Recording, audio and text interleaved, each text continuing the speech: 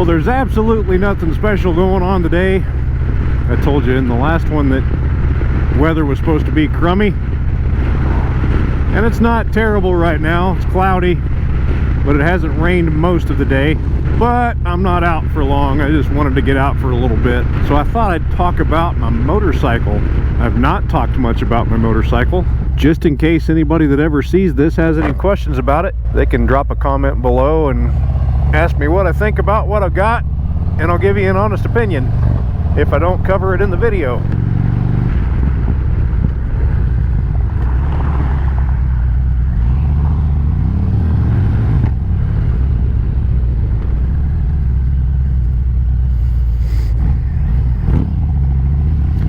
So this is the original strip of Route 66, the 1926 route. And this iron bridge up here is part of it. I figured this would be a good place to park and take a couple quick ganders at some stuff.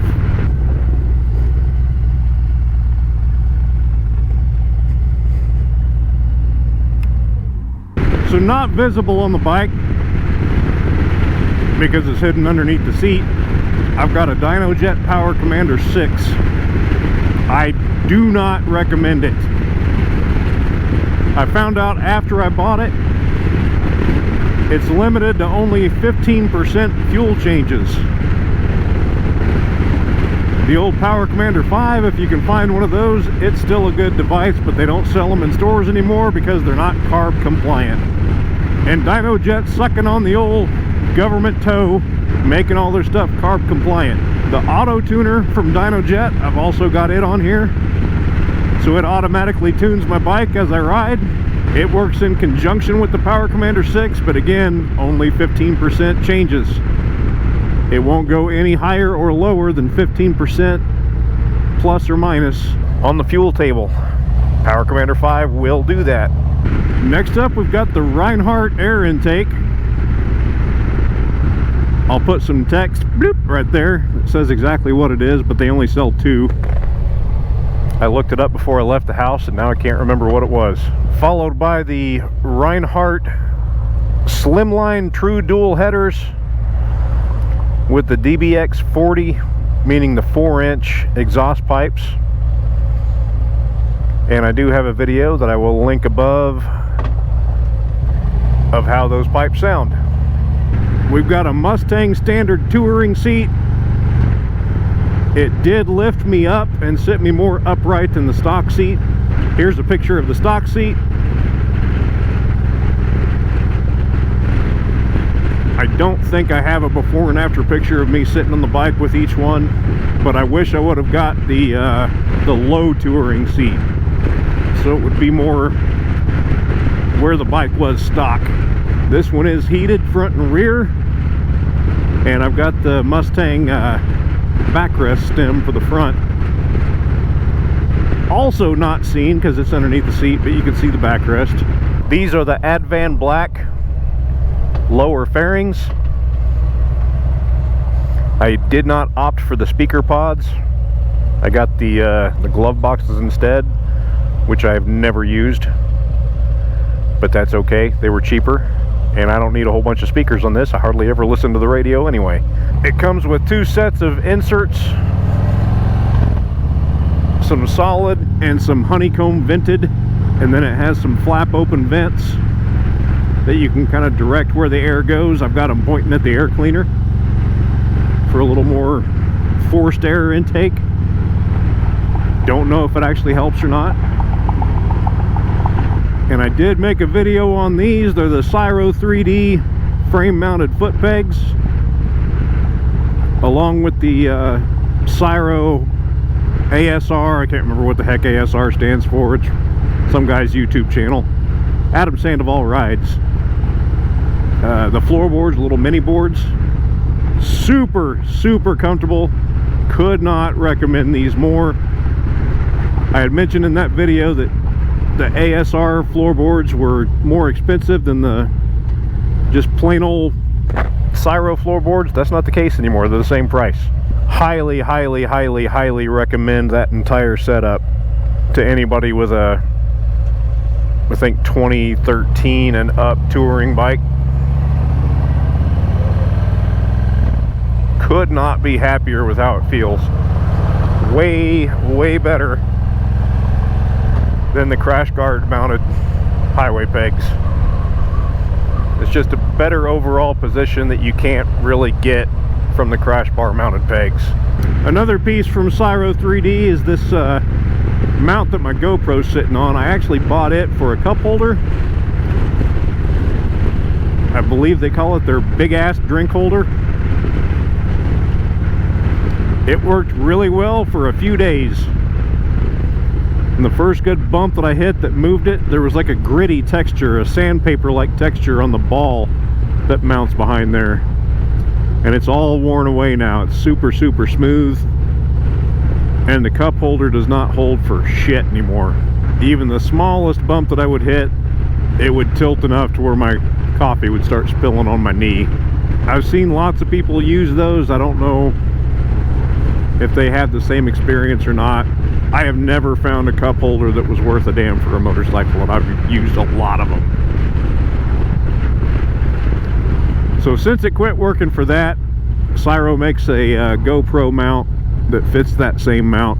I bought that, and that's where the GoPro 2 sits. I also have ram mount balls underneath both mirrors.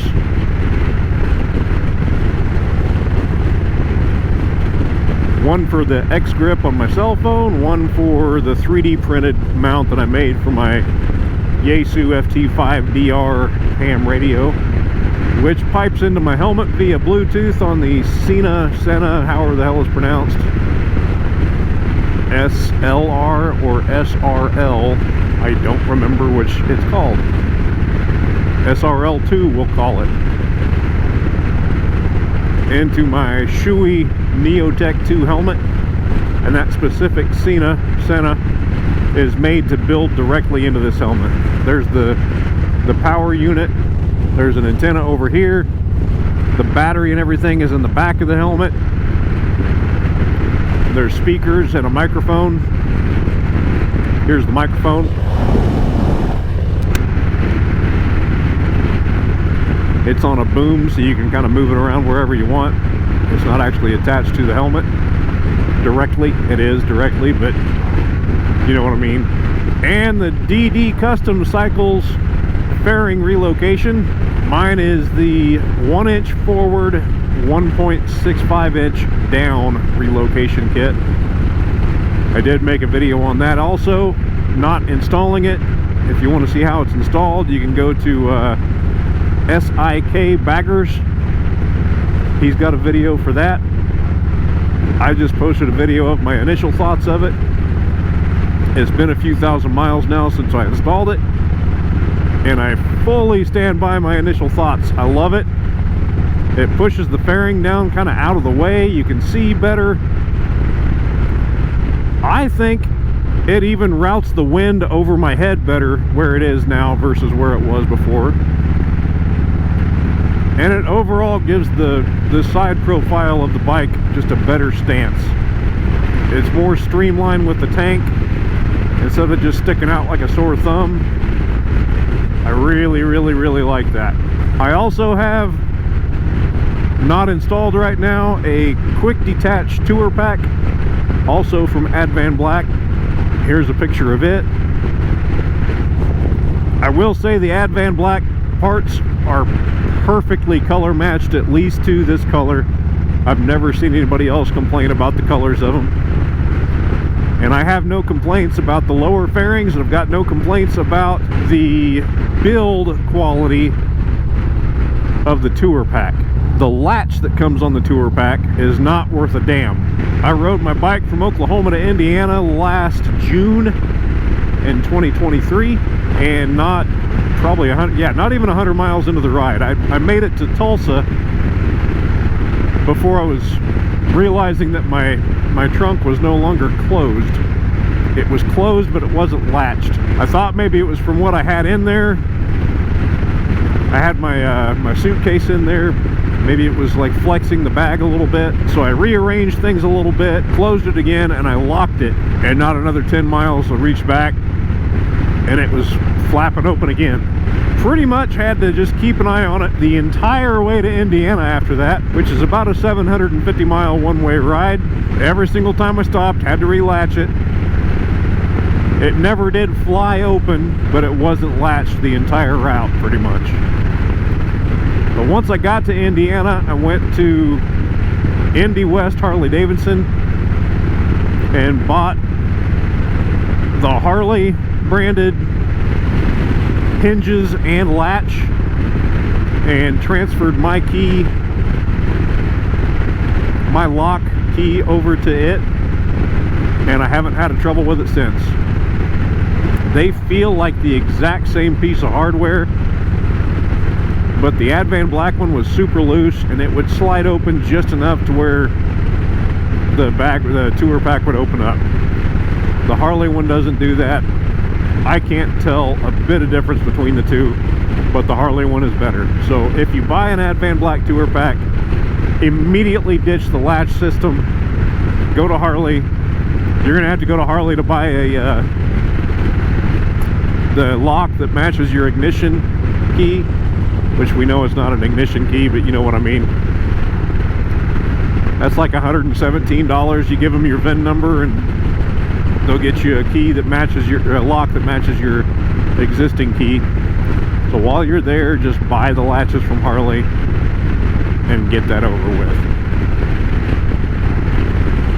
Other than that, I love the tour pack. I don't have it on very often. If the wife's riding with me, I'll put it on for her for some comfort. If she's not, I don't really use it unless I'm traveling somewhere, which isn't very often yet, but it's coming. This right here was once upon a time a cool little display of the progression of windmills, wind turbines, wind generators of Oklahoma, but it's not been upkept and it looks like crap now.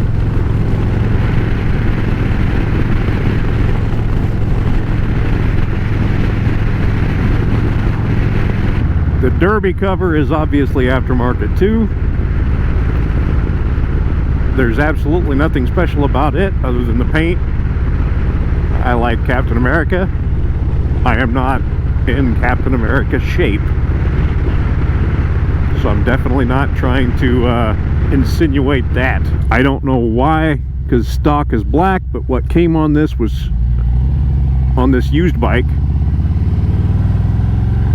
was a chrome derby cover, and I thought it looked terrible, so that's what I bought to replace it. I thought it looked better than black too. I think that pretty well covers everything. Absolutely really no idea where I know where I'm at, but I've never been through here before, so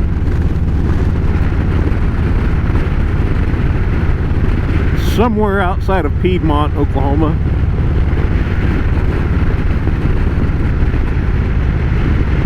Coming back down towards Highway 3.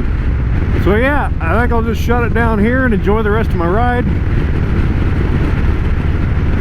Appreciate y'all riding along. If you do have any questions about anything, let me know. As I've always said, I'm not a big YouTuber, obviously.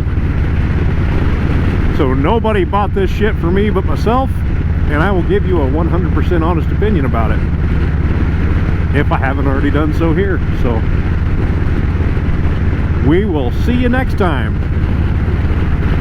Thought I'd add a little quick bit to the end here to share a link to the GoPro mount on my helmet, the case that the GoPro is in, so I can have the little mic adapter in there, and I'll share the microphone that I use also.